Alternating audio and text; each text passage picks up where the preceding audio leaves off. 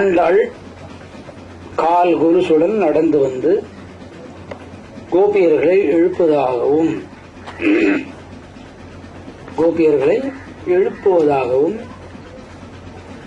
ஒரு தோழி மற்றொரு தோழியை எழுப்புவதாகவும் பொருள்பட பாசுரங்கள் அமைக்கப்பட்டுள்ளது. 16ஆம் பாசுரம். அனைவரும்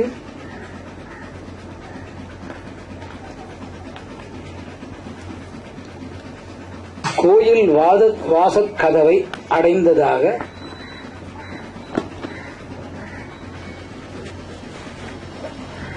துவாரபாலகரிடம் உத்தரவு கேட்பதாக அமைந்துவிட்டது.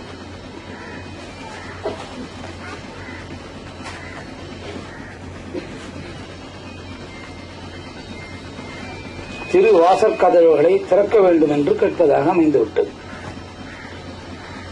17ஆம் பாசுரம். உலகம் செழிக்க தானிய வகைகள் வளர தர்மம் செய்வதற்கு வழித்துணையாக இருக்க ஒரு இல்லறமும் சிறக்க பெண்ணானவள்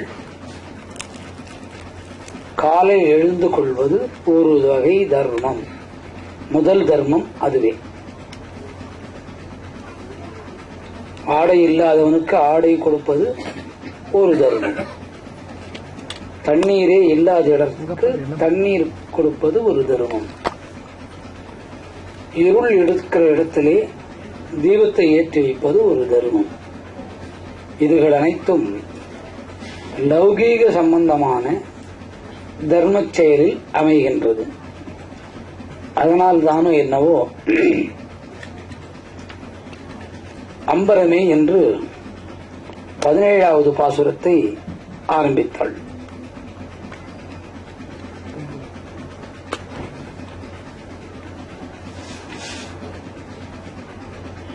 அம்பரம் என்பது ஆடையை குறிக்கும். அது மேல் வகையான பொருள். இங்கே அம்பரம் என்பது இறைவனின் திருவடியை குறிக்கும். அடுத்த சொல் தண்ணீரே என்றால் சாதாரண தண்ணீரை தான் குறிக்கும். ஆனால் எம்பெருமான் தன் திருவடி என்பது 2 வகை. உயிரோட்டம் உள்ள கிருஷ்ணனின் கால் அடிப்பாதங்கள் திருவடியாகும். சிலை ரூபத்தில் இருக்கக்கூடிய சிலா வடிவத்தின் பாதங்கள் கூட திருவடியாகும். அம்பரமே என்பது இறைவனின் திருவடியை குறிக்கும்.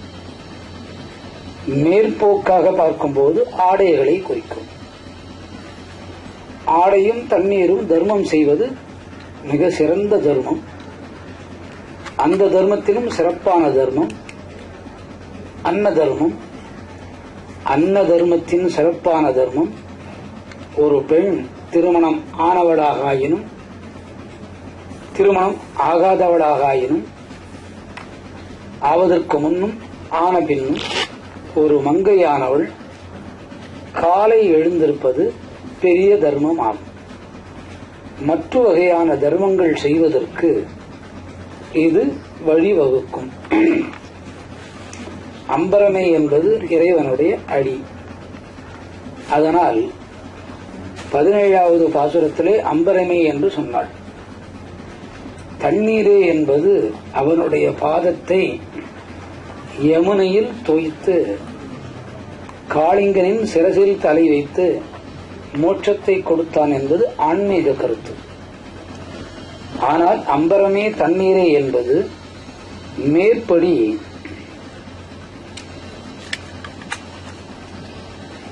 ஆடையும் குளிர்ந்த நீரையும் குறிக்கும். ஷோரே என்பது அந்தர்யாமி. இறைவன் மனிதருக்குள் உருவமல்லாது விதையை முறித்து, ஆண் விதையோ பெண் விதையோ அதை முறித்து அதற்குள் தன் சக்தியை குவித்து அந்தர்யாமியாக நிற்கக்கூடியதற்கு பெயர் ஷோரே என்றாள்.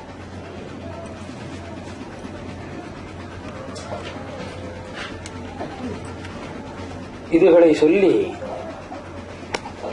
யசோதை இடத்திலே உத்தரவு கேட்டாள்.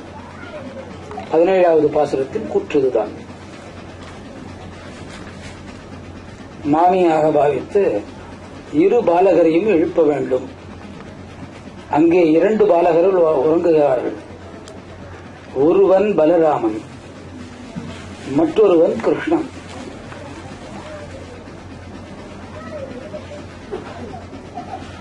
முறைப்படி பலராமனை எழுப்ப வேண்டும். இங்கே ஆயர்பாடி சிறுமிகள் எழுப்பச் சென்றது கிருஷ்ணனை தான், பலராமனை அல்ல. அவர்கள் கூறும்போது இருவரையும் எழுப்ப சொல்வதாக உரைமுடி தொட்டாள். உம்பியும் நீயும் ரங்கேலோ ரம்பாவாய். பலராமனும் பலராமனுடைய தம்பியுமான கிருஷ்ணனையும் எழுப்புவதாக கூறுகிறாள். 15 பாசுரம் வரையில் ஒரு தோழி மற்றொரு தோழியை எழுப்பதாகவும், அல்லது ஆண்டாள் தன் காலில் அமைந்த குருசு சப்தத்தினால் நடந்து வந்து ஆயர்வாடியில் ஆயர்குறைத்து இடைச்சிகளை எழுப்புவதாக பொருள்படும்படி பாசுரங்களை பாடிவிட்டாள். 15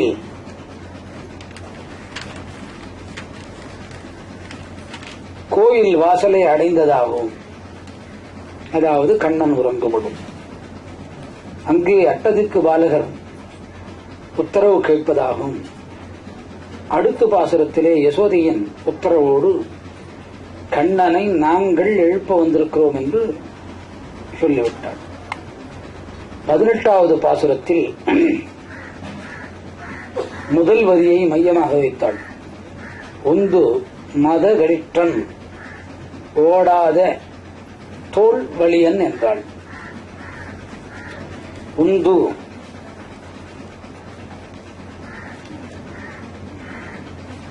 பெருகுகின்ற. இங்கே உந்து என்பதன் பொருள் ஒரு குத்து சண்டையின் மகாவீரனை குறிக்கிறது. தற்போதைய காலகட்டத்திலே மல்யுத்தத்தில் மோதி வெற்றி பெற்று பல கேடயங்கள் பெற்ற ஒருவனை தன் சீடனை வீழ்த்து விடுகிறான். அந்த மல்யுத்த ஒப்பனை கேடயத்தை தன் சீடன் பெறுகிறான். மல்யுத்தம் கற்றுக் கொடுத்தவனோ 2வது நிலையை அடைந்து விடுகிறான். ஆனால் இருவருக்கும் மல்யுத்தக்காரர்கள் என்பது போல். அதே மல்யுத்தத்தை பெண்ணான ஆண்டாள் வர்ணிக்கும் பொழுது உந்து பெருகுகின்ற, கண்ணனின் அவதாரம் முடியும் வரை அவனுடைய மல்யுத்தத்தன்மை முடிவுக்கு வரவில்லை என்பது பொருள். கண்ணனின் ஆயுள் காலம் சுமாராக 125 வயதுகள் குறிப்பிட்டிருந்தது. பிரளயத்துக்கு முன்வரை கண்ணனின் பலம் அதிகரித்து ஒரே மாதிரியாக இருந்தது என்பது பொருள். அது எந்த காலத்திலிருந்து என்று கேட்டால், ஆளிலையில் தனது கால் கட்டை விரலை வாயிலே கவ்விக்கொண்டு வந்தது முதல் அவதார நோக்கத்தை முடிக்கும் வரை ஒரே மாதிரியாக பலமாக இருந்த ஒருவனை குறிக்கும் சொல் உந்து. பகவானை இங்கே 3 எழுத்திலே முதன்மை கொடுத்து விட்டார். உந்து கண்ணன் மகாவீரன் மல்யுத்தம் தெரிந்தவன், அதாவது என் வீட்டுக்காரன் மல்யுத்தம் தெரிந்தவன், மகா மேதாவி, அழகன், 16,000 கோபியர்களும் விரும்பக்கூடிய ஆணழகன். ஆணழகன் மட்டுமல்ல, அவன் பலம் பொருந்திய மல்யுத்தக்காரன் என்பதை சொல்வதற்கு ஆண்டாள் ஒந்து. இங்கே ஜீவம் பரத்தை வலுவாக பற்றிக் கொள்ளுதல் என்பது பொருள். ஜீவத்தின் நிலை சக்தி குறையக்கூடும், பரத்தின் நிலை சக்தி குறையாது. பல மன்வந்தரங்களுக்கு பின்னும், பல கல்பங்களுக்கு பின்னும், பல கல்பங்களுக்கு பின்னும் அந்த பரத்தின் சக்தி குறையாது. அதன் சக்தியை மல்லோடு ஒப்பிடுகிறாள். ஆகையால் ஒந்து மதகளிற்றன். மதம் என்பது ஆணவம். உடலிலே வருவிருப்பின் ஒரு ஆடவனுக்கு தான் ஆண் அழகன் என்ற ஆணவம் வரும். அதுவே ஒரு சிறந்த மல்யுத்தக்காரனாக இருந்தால் ஆணவம் தலைக்கேறிவிடும். அவன் ஆணவம் எதோடு ஒப்பிடுகிறாள் என்றால் ஜீவத்தின் ஆணவம். இங்கே பரத்தின் ஆணவம் அல்ல, ஜீவத்தின் ஆணவம். ஒரு மத யானைக்கு தகுந்தாற் போல் ஒப்பிடுகிறார்கள். உந்து மத களிற்றன் மதயானையோடு.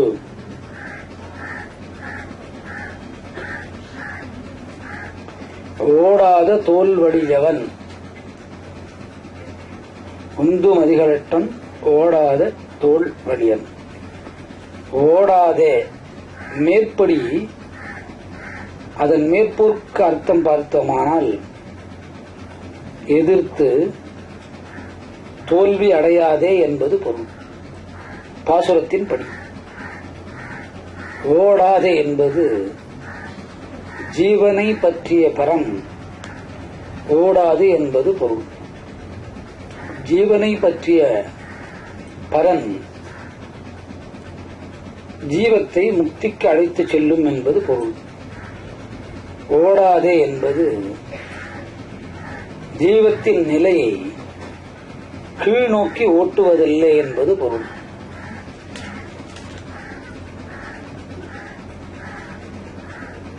வைகுந்தம், பார்க்கடல், பரமபதம் வரைக்கும் அழைத்து செல்லக்கூடிய ஒரு சொல்லை ஓடாதே. தோல் வலியன், புஜபலமானவன், கண்ணனை குறிப்பிடுகிறாள். தோல் வலியன். இந்த தோல் வலிமையால் ராமாவதாரத்தில் சீதா பிராட்டிக்கு ராமன் மேல் காதல் மையல் ஏற்பட்டது. இறைவனாக இருப்பினும் காதல் என்பது ஒரு தவறான மையக் கருத்து.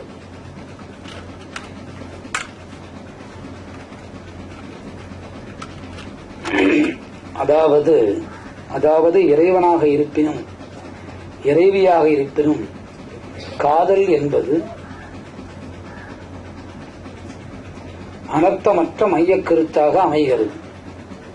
அதற்கு ராமனின் தோளை கண்டதால் சீதை தன் வசம் இழந்து காதலித்து கருத்தொருமித்து திருமணமானது. அதற்கு ஒரு முத்திரை குற்றிவிட்டாள், சுயவரம் என்று. அந்த சுயவரத்தினால்தான் வந்தது வம்பு. சீதை கடைசி காலம் வரையில் ராமனோடு சேர்ந்து வாழவில்லை. பட்டாபிஷேகம் நின்றது, பின் பட்டாபிஷேகம் நடந்தது. அடுத்து பிரசவ நேரம் மீண்டும் காட்டுக்கு சென்றாள். கடைசியாக பூமாதேவி அழைத்து, என்னால் இந்த குறைகளை தாங்க இயலவில்லை, நான் உன் மனிதனில் போகிறேன் என்று பூமாதேவியோடு பூமியை பிளந்து கொண்டு சீதா பிராட்டி உள் சென்றாள். இதற்கெல்லாம் மையமாக அமைந்தது ராமனின் தோள். இங்கே ஓடாத தோல் வலியன் என்றால் இந்த ஓடாதே என்பது ஜீவத்தை பற்றி கொண்ட பரம். ஜீவம் பின்தொடர்ந்து பார்க்கடல் வைகுந்தம் ஓடி மேற்படி பரமபதம் வரை செல்வதே ஓடாதே என்பது. தோல் வலியன் புஜபலமானவன் யோக அபியாசத்தை பயிலும் கால் பிரணயாம சக்திக்கு பின் ஆணாயினும் பெண்ணாயினும் இடுப்பின் இடை இறக்கமாகி இருக்குமாகி எடை சிறுத்து மேல்புற மார்பகம் பின்னுக்கும் முன்னுக்கும் விரிந்து தோல் வலிமை ஏற்படும். இது எந்த காலத்திலே ஏற்படும் எனில் யோகங்களை பயில ஆரம்பிக்கும் காலத்தில். அதுபோன்ற பெருமையை உடையவன் இந்த கண்ணன். இது ஆன்மீக தத்துவார்த்தத்தின் அர்த்தம். இங்கே உந்து மதகளிட்டும் மத யானையை வென்றவன். முன்னோக்கி வந்த யானையை முன்னோக்கி சென்று சீறி பாய்ந்து அதன் மத்தகத்தை உடைத்து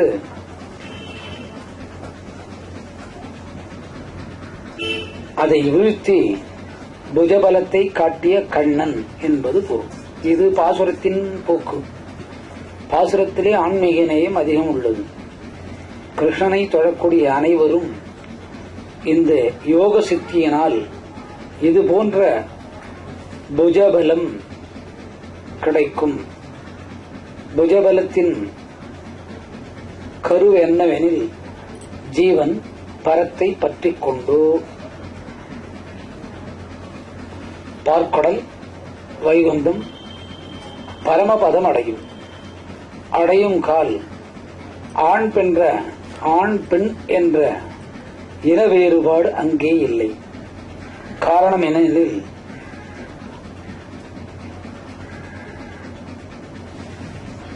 இங்கே விதை உற்பத்தியாவதை இறைவன் தடுக்கின்றான். ஆணுக்குள் விதை விந்து, பெண்ணுக்குள் முட்டை கருமுட்டை. இவற்றை இரத்தத்திலே இருந்து பிரித்து எரித்து பஸ்மமாக்கி விடுகிறான். அதிலே கண்ணன் அக்னியாக பிரவேசிக்கின்றான். அக்னியாக பிரவேசமான போது உலக இச்சைக்கு அந்த ஆண் விதையும் பெண் விதையும் செயலிழந்து போகிறது. மேற்படி அவன் தன்மை இறைவனை நோக்கி போகும். ஆகவே உந்து மதகளிட்டம் ஓடாத தோல்வலையன் முதல் வரியை முடித்தார். நந்தகோபாலன்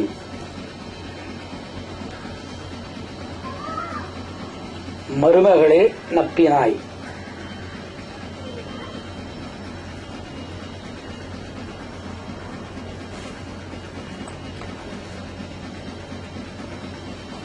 நந்தகோபாலன்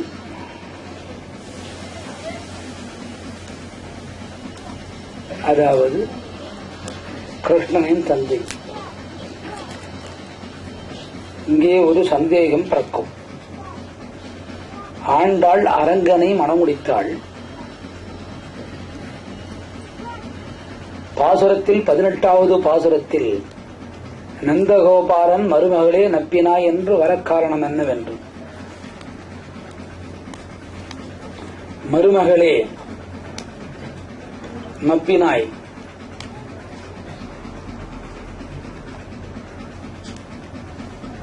மகாலட்சுமி, பார்க்கடலில் இருக்கக்கூடிய மகாலட்சுமி தனது மகாசக்தியை யோக மாயைக்கு உட்படுத்தி ஷாயா தேவியின் தத்துவார்த்த ரூபத்தில் ஆண்டாளை உலகுக்கு அனுப்பினாள். அந்த ஆண்டாள் நப்பின்னையாக இங்கே வர்ணிக்கப்படுகிறாள். பிறவிகள் எடுத்த அனைவரும் யோகமாகியின் தத்துவத்திலே இருக்கிறோம். அந்த யோகமாகியின் தத்துவத்தை விளக்கி வெளியேறி பரமபதம் அடைய இந்த 18வது பாசுரம் உயிர்காப்பாக இருக்கும்.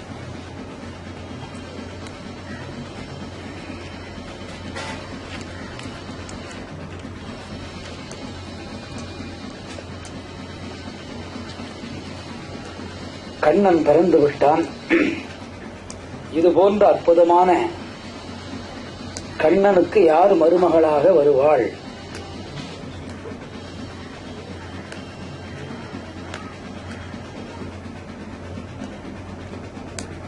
அவள்தான் இந்த நப்பின்னை. 2 பொருள்படும்படியாக அமைத்திருக்கிறாள். ஒன்று மகாலட்சுமியை குறிக்கின்றது, இன்னொன்று மகாலட்சுமியின் யோகமாயா சூத்திரத்தின்படி நப்பின்னை என்னும் ஆண்டாளை குறிக்கிறது.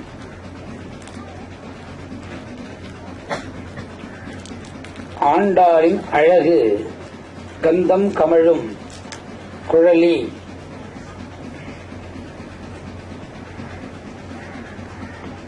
வைகுந்தத்திலே கூட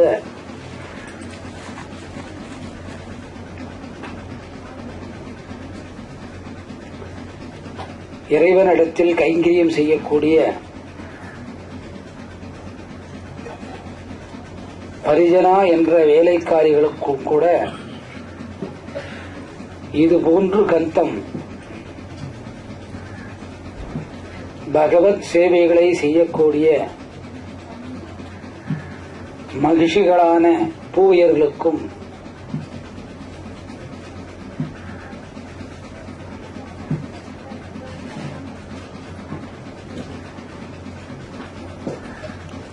இது போன்ற ஒரு சேவை செய்யும் பாக்கியம் கிடைக்காது. கந்தம் கமழும் குழலி, அங்கிருந்துதான் இந்த வாசனைகளை குழந்தாளோ.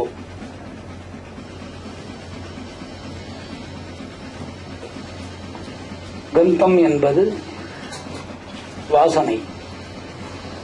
இந்த வாசனை எங்கிருந்து வந்தது?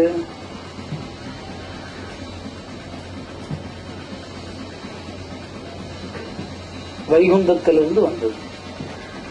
எங்கு வந்து வீசுகிறது? ஆயர்பாடியிலே வீசுகின்றது. கந்தம் கமழும். கமழும் என்பது வீசும். குழலி கூந்தலை உடையவளே. இந்த கூந்தலின் அழகும் வாசமும் நப்பின்னைக்கு வர காரணம் என்னவாக இருக்கும்? இறைவனின் பாத சேவையை தினமும் 2 மணி முதல் ஆரம்பிக்கின்றாள். முன்னிரவு 2 மணி முதல். ஆகவே இந்த கூந்தல் அழகு இயற்கையாக மகாலட்சுமிக்கு அமைந்துவிட்டது. சரி, முன் அவதாரத்துக்கு போகுது. உலகத்திலேயே பேரழகு ராமனின் மனையாள் சீதா பிராட்டிதான். இந்த சீதைக்கு கூந்தல் அவ்வளவு அடர்த்தி, அற்புதமான அடர்த்தி. அந்த அடர்த்தியான கூந்தல் சிரசிருந்து புறப்பட்டு அடிப்பாதம் வரை தொட்டதாம். கூந்தல் என்பது முழங்காலுக்கு பின் இறங்கப்படாது. பிட்டத்தை தாண்டலாம், முழங்கால் வரை, அந்த மூட்டு வரை போகலாம். ஆனால் சீதா பிராட்டிக்கு அடிப்பாதம் வரை தொட்டதாம். அந்த 3 பிரிகள் அவ்வளவு அழகு. தேவர்கள் கூட கண் வைத்து விட்டார். எதன் மேல்? கூந்தல் மேல்.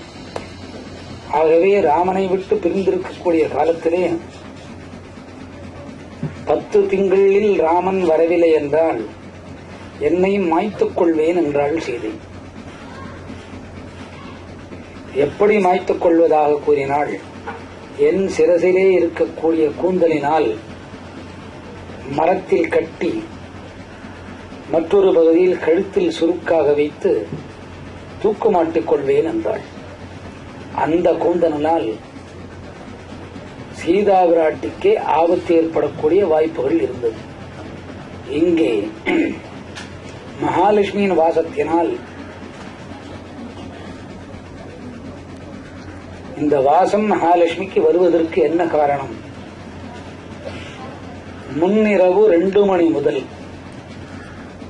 இறைவனுக்கு பாத சேவை செய்ததன் காரணத்தினால் இந்த கூந்தலுக்கு இவ்வளவு அழகு, இவ்வளவு வாசனை.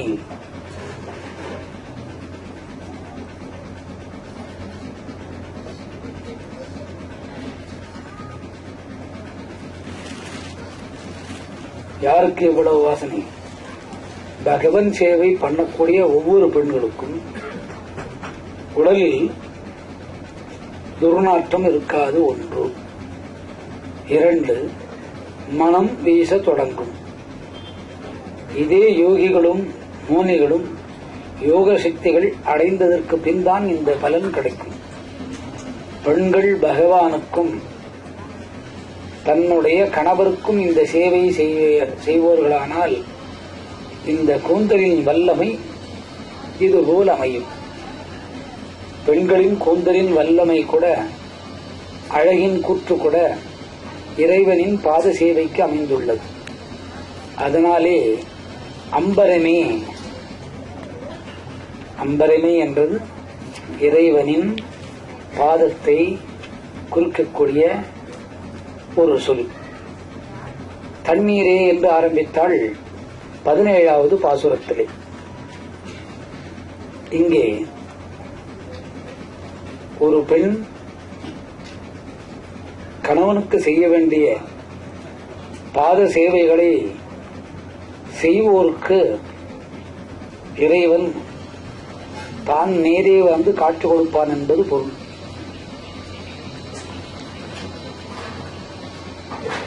கடை, திறவாய். கடை என்பது தலை வாசலிலே இருக்கக்கூடிய கதவின் தாழ்பாளை குறிக்கும். ஆனால் 2 வகை பொருள் கொள்ளலாம்.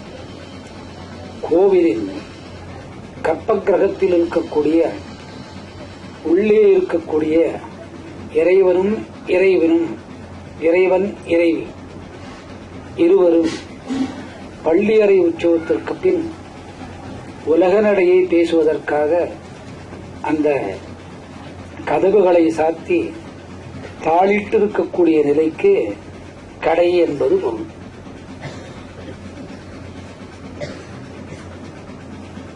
திறவாய்.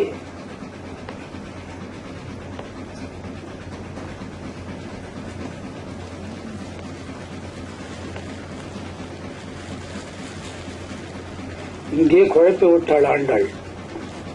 திறவாய், இவ்வளவு அழகாக இருக்கக்கூடிய கூந்தலை உடிக்கக்கூடிய ஒரு பெண் மற்றொரு பெண்ணை பார்த்து உன் வாசற்கதவை திற என்பது போலும் அமைத்து விட்டாள்.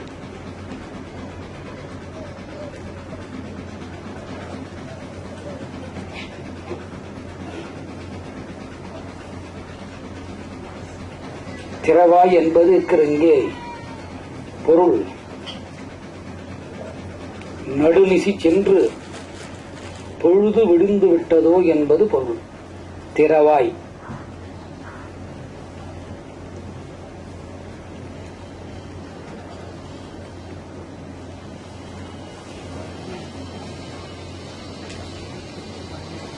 நடுநிசை என்பது இந்த திறவாயை குறிக்கும்.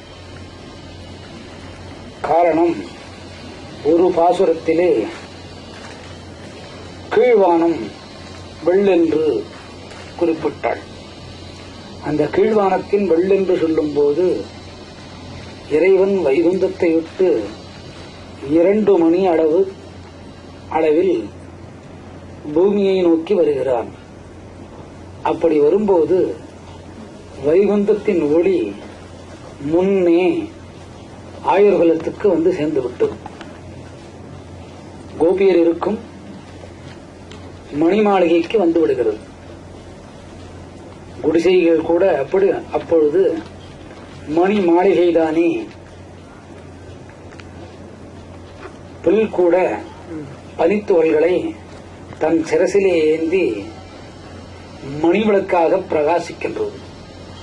இந்த விஷயத்தை எம்பெருமான் செய்யும் காலை முன்னிரவு 2 மணி. ஒவ்வொரு மங்கையும்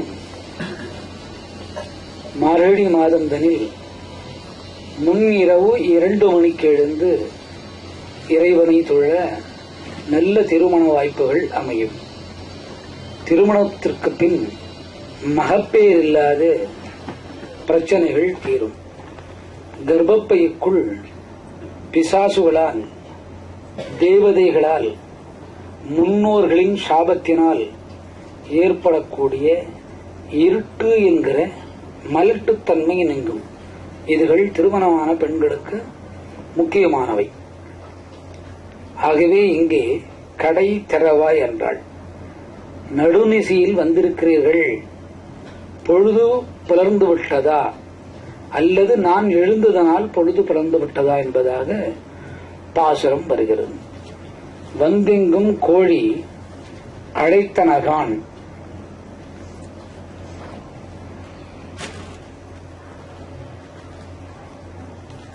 இங்கே சேவல் கூவியது என்று சொல்லவில்லை. என்ன சொல்லியிருக்கிறாள்? கோழி வந்தெங்கும் கோழி அழைத்தனகான். கோழி கூவுமா? சேவல் கூவிதான் உலகம் விழித்துக் கொள்ளும். ஆண்டாளின் தன்மையை பாருங்கள். ஆணுக்கும் பொருத்தமாக பெண்ணுக்கும் பொருத்தமாக சொல்லியிருக்கிறாள். வந்தெங்கும் கோழி அழைத்தன்கான் என்றார்.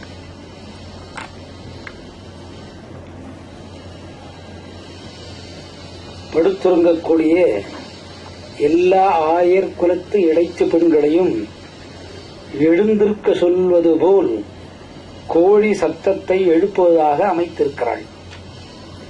ஏன் இந்த கோழியின் சத்தத்தை இங்கே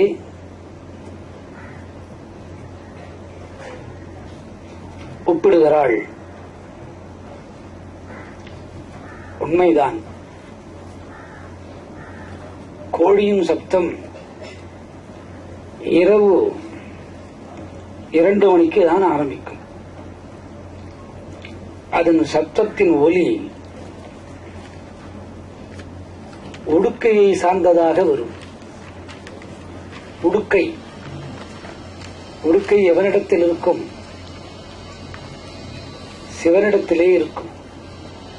சிவன் 2 மணிக்கு எங்கே காவல் காப்பான்? மாயான பூமியிலே காவல் காப்பான். இங்கே மாயான பூமி என்பது பிரம்மதேசம் என்பது பொருள். இறந்த பின் இடுகாட்டுக்கு போவதாக பொருள் கொள்ளக்கூடாது. அந்த உடுக்கையில் ஆ இ உ ரு லு என்று சத்தம் வரும். இந்த கோழிக்கு அது போன்ற ஒரு மகத்துவம். இந்த சத்தத்தினால் ஓங்காரம் என்ற சொல் உருவாகி படுத்திருக்கக்கூடிய ஒரு பெண்ணின் காது வழியே சென்று காது நரம்பு மண்டலத்தை தாக்கி மூக்கினில் நுழைந்து ஓம் என்ற வாசனை, ஆ ஓ இம் என்பதுதான் ஓம். கோழி அதை திரித்து சொல்கிறது. ஆ இ ஊ ரூ லு என்ற ஒரு சப்தத்தோடு அடை காக்கும் போது கூட இந்த சப்தம் வரும். சேவல் அடை காப்பதாக பார்த்ததுண்டா? கோழிதான் அடை காக்கும். காதுக்குள்ளே போன இந்த ஒளி மூக்கிலே நரம்பில் தாக்கி வாசனை அடைந்து மூக்கொழியே நரம்பில் தாக்குண்டு தொண்டை குழியில் உள்நாக்கில் இறங்கும். இதுதான் கண்ணன் விபூதி யோகத்திலே சொல்லும் போது பீஷ்மரின் அம்புப்படுக்கையின் காலத்தில் இறைவன் அங்கு சென்று பாடுகே என்றான். என்ன பாடுவதுன்னு பீஷ்மர் கேட்டார். நானே மரண வேதனையில் இருக்கிறேன், யாரை பாடுவது, என்னை பாடு என்றான். அப்பொழுது ராகமாலையை பாட இயலாது, கல்யாணி ராகம் வராது, காப்பியும் வராது, காம்போதியும் வராது, எந்த ராகமும் இசைக்க இயலாது. காரணம், பீஷ்மர் இருந்தது மரணப்படுக்கை. அந்த காலத்தில் கண்ணன் பீஷ்மரின் எச்சிலில் இருக்கக்கூடிய உள்நாக்கு தொண்டையில் நின்றான். விஷ்ணு சகஸ்ரநாமம் பிறந்தது. இது இறை அருள். அதுபோல் இந்த கோழி 2 மணிக்கு கூவ ஆரம்பித்து ஆ ஈ ஊ ரூ லூ என்ற சப்தம் ஓம் என்று திரித்து அந்த நாதம் காது வழி நரம்பை தாக்கி மூக்கின் நரம்பை வாசனையை அடைத்து உள்நாக்கு தொண்டையில் பிரகாசித்து குண்டலினியை தாக்கி சகசிராரத்துக்கே சென்று விட்டது. ஆகையினால் இங்கே வந்தெங்கும் வந்தெங்கும் என்பது இந்த ஓசை காதிற்கு வந்தது. மூக்குதுவாரத்தில் வாசனை கண்டது. வாசனை கண்டு தட்டி எழுந்தது. எழுந்து உள்நாக்கில் உறைந்தது. உள்நாக்கில் உறைந்து குண்டலினியை எழுப்பியது. குண்டலினியை எழுப்பி சகசிராரத்துக்கே ஓடிவிட்டது. ஆகவே வந்தெங்கும் உடலில் உள்ள இவ்வளவு அவயங்களை மகாலட்சுமி நப்பின்னை ரூபத்தினை அனுப்பி 2 மணிக்கு இந்த வேலை செய்கிறார். 30 நாளுக்கும் இந்த பாசுரம் பொருந்தும். 30 நாளிலே சராசரி மனிதர்கள் 4 சனிவாரம் இதை கடைபிடிக்கலாம். 4 சனிவாரங்கள் அல்லது 4 ஆதிவாரங்கள். ஞாயிறு இரவு 2 மணிக்கு எழுந்து முடிந்தால் குளித்து, முடியாவிட்டால் உள்ளங்கை அளவு துளசி எடுத்துச் சென்று மாதவன் இருக்கும் திருக்கோவில் வாசற்படியில் வைத்துவிட்டால் போதுமானது. அனைத்து பலன்களும் வீட்டுக்கு வந்து சேரும். முடியாத பெண்கள் அதிகாலை 4:30 முதல் 6க்குள்ளாக இந்த வேலையை செய்யலாம். இந்த வேலையை செய்து முடித்த பின் தூங்கலாகாது. முக்கிய குறிப்பு, அன்று காலையிலிருந்து மாலை 6 தாண்டும் வரை ரோகிணி முடியாது என்கிறாள். நட்சத்திரத்திலே சிறந்தது ரோகிணிதான். அதனால்தான் கண்ணன் அதிலே பிறந்தான். மாயவனுக்கு ரோகிணியை பிடித்தது, ரோகிணிக்கு காலையில் எழுந்து கொள்வதை பிடிக்கவில்லை. மாலை சந்தி தீபத்தை முடித்துவிட்டு 7 மணிக்கு உறங்கிவிடலாம். 7 உறங்க ஆரம்பித்து 8, 9, 10, 11, 12, 1, 2, 7 மணி நேரம் அற்புதமாக இறைவனின் நாமத்தை சொல்லி தூங்கிவிடலாம். ஆகவே இங்கு வந்தெங்கும் கோழி அடைத்தினதான் குண்டலினி சக்தி எங்கு குவிக்கிறது? 2 மணிக்கு மகாலட்சுமி விஷ்ணுவின் காலை பிடித்து விடும்போது இந்த மாயா செயல் நடக்கிறது. 12 மாசங்களிலும் நடக்கிறது. ஆனால் 12 மாசங்களிலே மார்கழியில் பிரத்யோகமான தன்மை. மார்கழியில் கூட 18ஆம் பாசுரத்தில் இந்த தன்மை நடக்கிறது. முழிப்புத்தன்மை, கர்ப்பத்திலே இருக்கக்கூடிய ஈர்ப்புத்தன்மை போகிறது. கர்ப்பத்திலே இருக்கக்கூடிய மாதவிலக்கு தன்மை சீராகிறது. கர்ப்பத்திலே இருக்கக்கூடிய கர்ப்பப்பை இரண்டாக பிளந்து மகவு அரை குறையாக பிறக்கக்கூடிய பெண்களின் கர்ப்பப்பை இருட்டு நிலை போகிறது. எத்துணை மணிக்கு பாருங்கள், இரவு 2 மணிக்கு. அது மட்டுமல்லாது பின் முதுகெலும்பு இருக்கக்கூடிய வலிகள் போகின்றது. முதுகிலே இருக்கக்கூடிய பின்னம் முதுகெலும்பு 8வது இலக்கமான எண்ணை குறுக்குவாட்டமாக படுக்க வைத்தால் எது போன்று இருக்குமோ அதே ஒன்று 8கள் அடுக்கி வைக்கப்பட்டிருக்கும். இடையிலே ஒரு துவாரம், அடுத்து எதிர்வரத்திலே ஒரு துவாரம், நடுப்பகுதியிலே ஒரு துவாரம். இதிலே கண்ணுக்கு தெரியாது ஆவியாக பறக்கக்கூடிய சில திரவ நிலைகள் போகின்றது. இந்த திரவ நிலைதான் யோக சக்திக்கு பின்னால் பயன்படக்கூடியது. இந்த யோக சக்திக்கு முன் இந்த திரவங்களே ஆண் விதையாகும், அதாவது விந்து, பெண்ணின் கர்ப்பப்பையில் கருமுட்டையாகவும் இருக்கின்றது. இதனின் சுத்தத்தன்மை திரவமாக மாற்றி முதுகுத்தண்டின் வழியே நடுப்பகுதியில் பாய்ச்சப்படுகிறது. இந்த நிலையில் குறை ஏற்படுமானால் முதுகுத்தண்டு வலி ஏற்படும். இந்த பாசுரத்தின்படி அது குணமாகும். எங்கெங்கு மூட்டு, கை, கால் அதிலே இருக்கக்கூடிய கொழுப்புத்தன்மை விலகி எலும்புகள் ஓராயத் தொடங்கும். எலும்புகள் ஓராயத் தொடங்குமின் இறைவனன்றி ஒருவராலும் அந்த இடத்திலே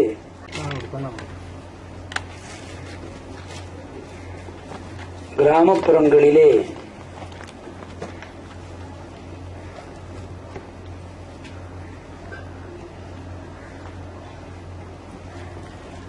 பந்தலை அமைத்து அதில் கொடிகளை சுற்றி வளர்ப்பார்கள். அந்த கொடியின் மேலே பந்தல் தட்டு என்பது பெயர். பந்தன் மேல்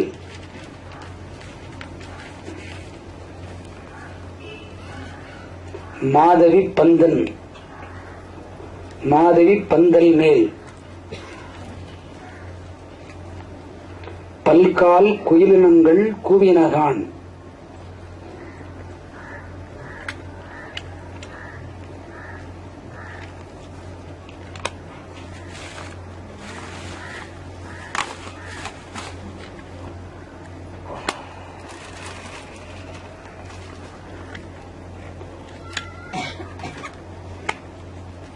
மாதவி பந்தன் மேல் பல்கால் குயிலினங்கள் கூவினகான்.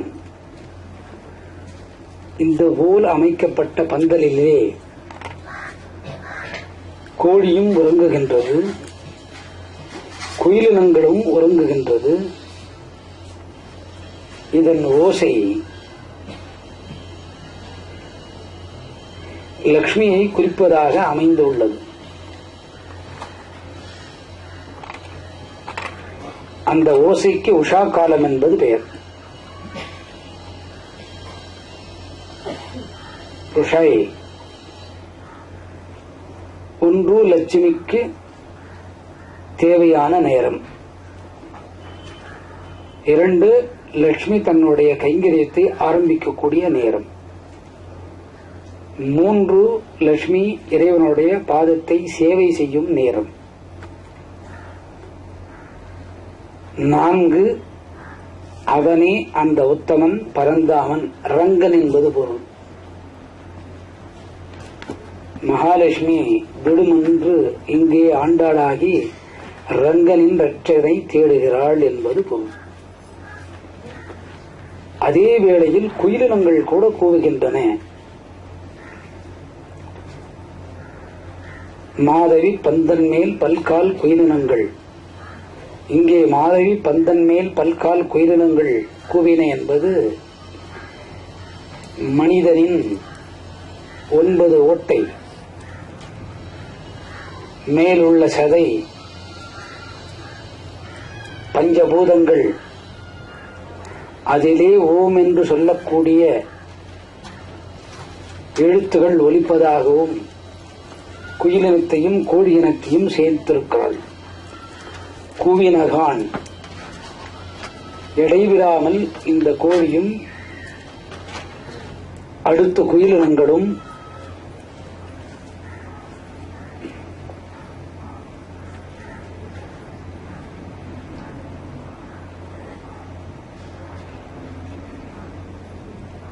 ஒன்று சேர்த்து ஒலித்து நடுநிசையிலே எழுப்பதாக பொருள்படுகிறது.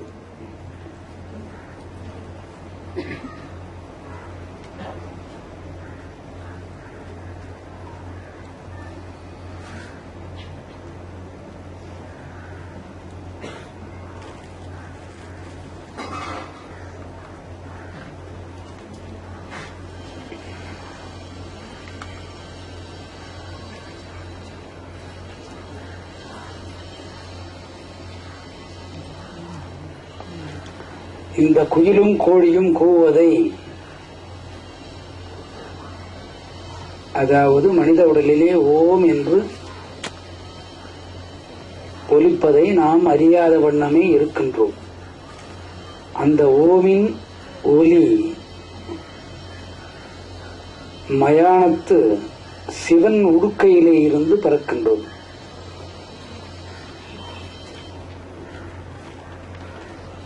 எது போன்று பிறக்கின்றது? ஆ, இ, உ, ரு, லு என பிறக்கின்றது. இந்த மூச்சுக்காற்றின் வேகம் அதுபோல். நமக்கு இது தெரிவதில்லை. படுத்திருக்கக்கூடிய ஒரு பெண்ணை கோழி இது போன்ற ஒரு சத்தத்தை எழுப்பி, குயிலினங்கள் ஒரு சேர்ந்தும் சத்தத்தை எழுப்பி எழுப்புவதாக பாவம் செய்திருக்கிறாள்.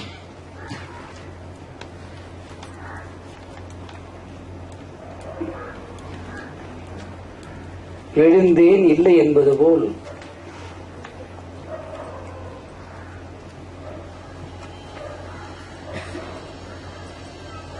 சரி எழுந்திருக்கிறேன், என்ன காரியத்திற்காக மற்ற தோழிகள் என்னை வந்து கூப்பிடுகிறீர்கள்? ஒரு தோழி மற்றொரு தோழியை பார்த்து சொல்வதாகும். ஆண்டாள் மறுதோழியை பார்த்து சொல்வதாகும். மறுதோழி ஆண்டாளை பார்த்து சொல்வதாகும். ஆகவேதான் கோழி குயில் என்று குறிப்பிட்டு விட்டாள். வந்தெங்கும் கோழி அழைத்தனகான், மாதவி பந்தன் மேல் பல்கால் குயிலினங்கள் குவினகான் என்று சொல்லிவிட்டாள்.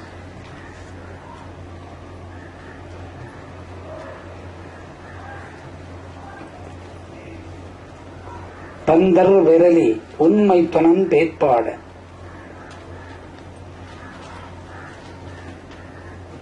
பந்து பந்தர் விரலி. ஒரு சமயம்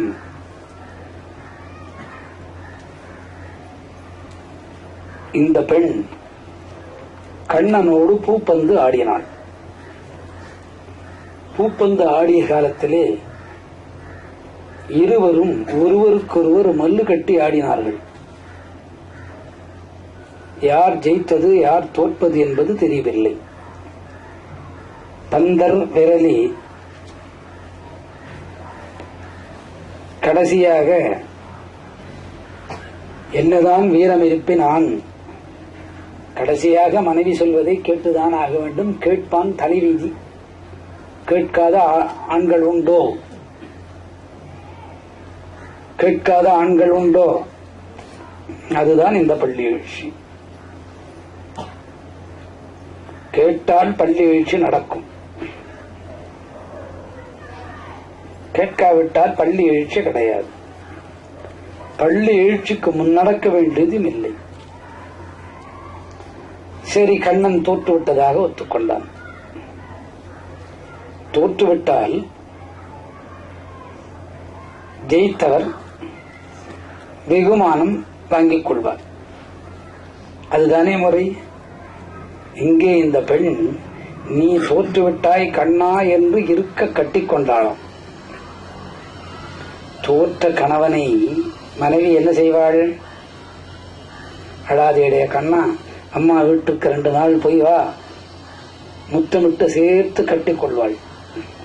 அதுபோல் இந்த பாசுரத்தை அமைத்து விட்டாள். கண்ணன் தோற்றதாகவும் ஆயர் குலத்து பெண் ஜெயித்ததாகவும் பந்தர் விரலி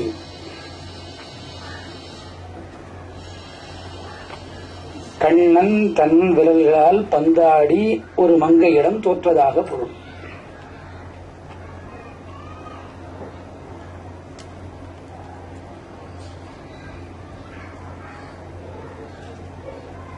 உன் மைத்துனன் பேர்ப்பாட,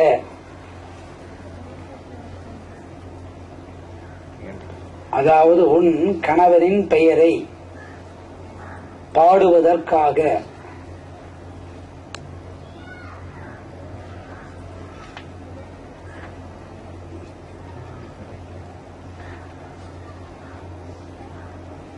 செந்தாமரை கையால் சீரார் வடை எழுப்பி,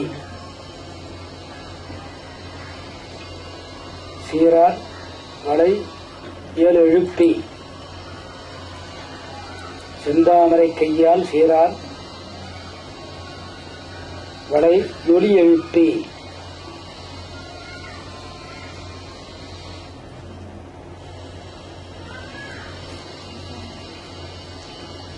அதுபோன்று தோற்ற இறைவனின் பாவத்திலே உள்ள இறைவனை பாடி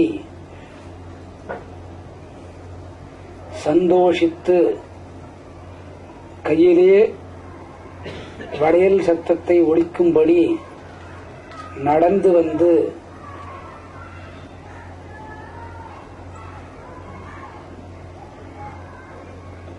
இறைவனை எழுப்ப வாவென்று சொல்லி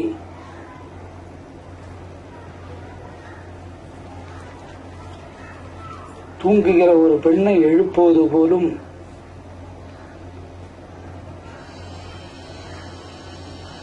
கண்ணனிடத்திலே பூப்பந்தில் ஜெயித்தவள் தூங்குவது போலும் அந்த தூங்குகின்ற பொன்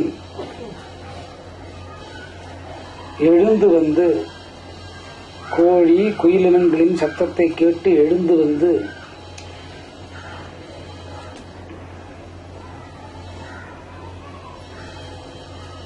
அவளுடைய சிவந்த கைகளாலே யாரை கட்டிக்கொண்டாள்? கண்ணனை கட்டிக்கொண்டாள். கண்ணன் தோற்றுவிட்டான். கட்டிக்கொண்ட பெண்ணின் கைகள் சிவந்து விட்டது. அந்த பெண்ணின் கையிலே வளையல்கள் சப்தத்தோடு நடக்கும்போது சப்தத்தோடு சந்தோஷித்து கண்ணனை பற்றிய கைகள் சிவந்த கைகளோடு அந்த சிவந்த கைகளை தாமரை மலரோடு ஒப்பிடுகிறாள். அது போன்றிருக்கக்கூடிய பெண்ணே கதவை திறவாய்.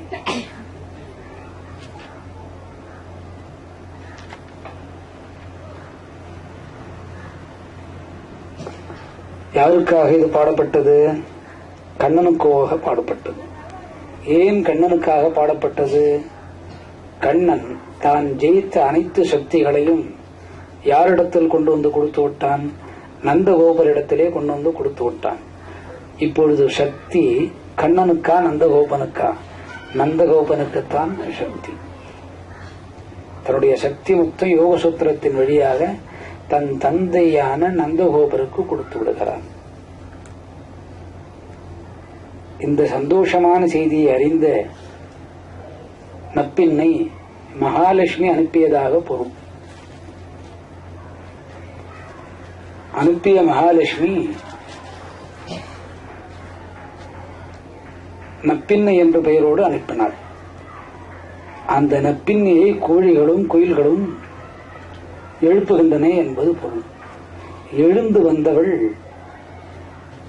சிவந்த கைகளாலே கையிலே இருக்கக்கூடிய வளையோசையோடு வந்து கண் சிமட்டி கதவை திறவாய் என்பது போல் பொருள் படும்படி எழுதியிருக்கிறார்.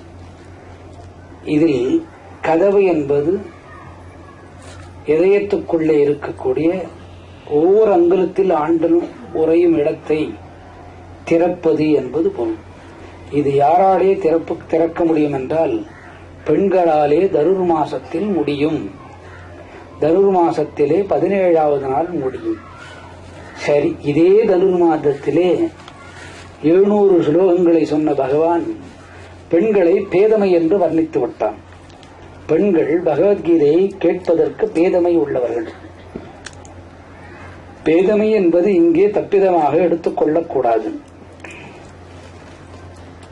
தாமோகுணம், ராஜோகுணம், சத்துவகுணம் 3 குணங்கள் உண்டு.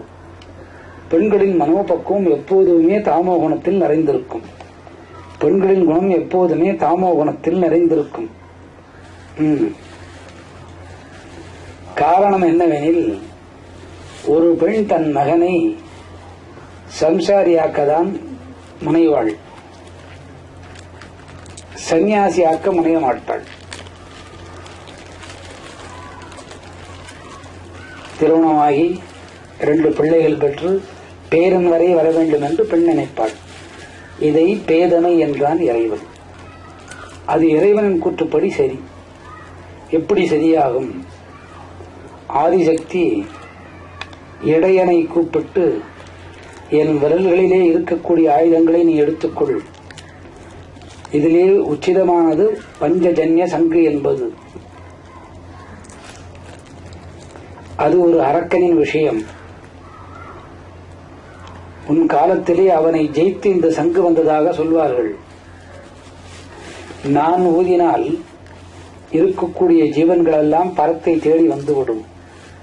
என் ஜீவன்களெல்லாம் பூமியிலே பிறந்து ஜீவத்தின் தத்துவத்தை உணர்ந்து திருக்கல்யாண வைபவம் அடைந்து மகப்பேறு பெற்று பின்தான் என்னை வந்து அடைய வேண்டும். ஆகவே எனக்கு இந்த தகுதி வேண்டாம் என்று ஆதிசக்தியே பேதமை குணத்தோடு பகவானிடத்திலே கொடுத்து விட்டாள். அதனால்தான் இந்த பகவத்கீதை வந்தது. பாஞ்சஜன்ய சங்கு முழக்கமிட்டது. அப்போது சொல்லும்போது பெண் ஒருத்தி ஞான மார்க்கத்துக்கு தடையாக வருவாள். ஆதிசங்கரருக்கும் இதுதானே, ஒரு முதலையும் ஏனையும் தேவைப்பட்டது. ஆதிசங்கரன் ஞானியானான். ஆக இதே மாதத்தில் தான் பகவத்கீதையிலே பெண்களை அஞ்ஞானத்தின் நிலையை உணர்த்த பேதமை என்றான். அதே கிருஷ்ணனை ஆண்டாள் இங்கே பழி தீர்த்து கொண்டு விட்டாள். 17ஆம் நாள் ஒரு பெண் காலை எழுமின் அந்த தாமோகுணம் ராஜோகுணம் விளக்கப்பட்டு அவளுடைய சத்துவகுணம் அடைந்து உஷா கால வேளையிலே இரவு முன்னிரவு 2 மணிக்கு லட்சுமி போன்ற நிலை அடைந்து வேதங்கள் இல்லத்தை தேடி வரும். இது பெண்களுக்கு உண்டு. பெண்களும் ஆன்மீக தத்துவத்திலே இழைத்தவர்கள் அல்ல. கிருஷ்ணனுக்கே பாடம் புகுத்திய ஒரு பாசுரம் தான் இந்த 17வது பாசுரம். ஆகவே பக்தியிலே சிறந்தவர்கள் பெண்கள். அது நடந்த காலம் எது? தனுர் மாதம். தனுர் மாதம் என்பதுதான் இந்த மார்கழி மாதம். மார்கழியிலே நான் மாதங்களிலே மார்கழியாக இருக்கிறேன் என்றான். அந்த ஆண்டவனுக்கே சூடு போட்டு விட்டால் ஆண்டாள். ஆண்டாள் கூட சூடு போடுகிறாள் பாருங்கள். திருமணத்துக்கு முன்னே ஆடவனுக்கு சூடு போட்ட ஒரே வங்கை ஆண்டாளாக தான் இருக்கும். உலக நடைப்படி திருமணத்துக்கு பின் தான் தலக்காணி மந்திரம், சூடு போக்குவரத்தெல்லாம். இங்கே ஆண்டாள் பெண்கள் தாமோகுணம் நிறைந்தவர்கள் அல்ல, ராஜோகுணம் நிறைந்தவர்கள் அல்ல. தனுர் மாதத்திலே சத்துவகுணத்திலே சஞ்சாரம் செய்வார்கள் என்பதை இந்த பாசுரத்திலே பக்திக்கு வெளிப்பாடாக இந்த பாசுரத்திலே உரைத்து விட்டாள். உலகிலே தனுர் மாசத்திலே சிறந்தவர்கள் ஆண்களா பெண்களா என்றால் பெண்கள்தான், ஆண்கள் அல்ல என்பதை எத்தனாவது பாசுரத்திலே சொல்கிறாள்? 18வது பாசுரத்திலே சுற்றி முடிக்கிறாள். அதுதான் இந்த 18வது பாசுரம் நிறைவாகிறது.